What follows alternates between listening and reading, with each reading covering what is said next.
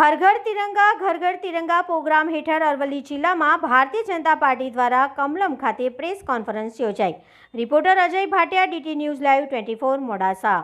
સમગ્ર ગુજરાતની અંદર ગુજરાત ભારતીય જનતા પાર્ટીના પ્રદેશ અધ્યક્ષ માનનીય CR પાટીલ સાહેબના માર્ગદર્શન નીચે અને સંગઠન મહામંત્રી માનનીય રત્નાકરજી સાહેબના સલાહ સૂચનથી તેમજ ઝોન મહામંત્રી રજનીભાઈની પણ ગાઈડલાઇનથી આ સમગ્ર ગુજરાતની અંદર અને ઉત્તર ગુજરાતની અંદર આ એક કાર્યક્રમ તિરંગા યાત્રા હર ઘર તિરંગાનો કાર્યક્રમ એ ગુજરાતમાં યોજાવા જઈ રહ્યો છે। ત્યારે આ કાર્યક્રમ એ બૂથથી લઈ અને જિલ્લા સ્તરનો કાર્યક્રમ છે।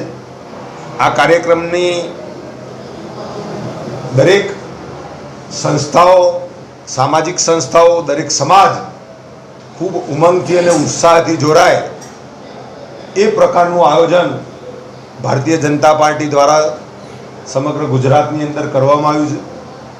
આ કાર્યક્રમ એ 13 થી 15 દરમિયાન એ દરેક તાલુકા કક્ષાએ યાત્રા સ્વરૂપે તિરંગા લઈ અને દરેક સમાજ આ યાત્રામાં જોડાવાનો છે।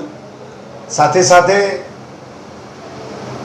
એ દિવસે એ આ કોઈ સ્મૃતિ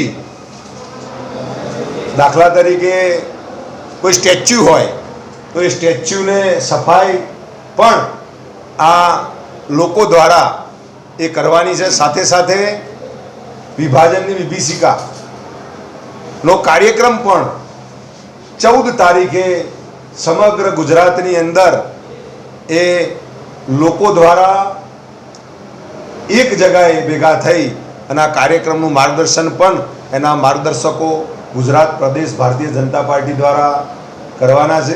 એમાં પણ દરેક સમાજને જોડાવાનું આહવાન, એની લીડ એ ભારતીય જનતા પાર્ટીએ કરી છે।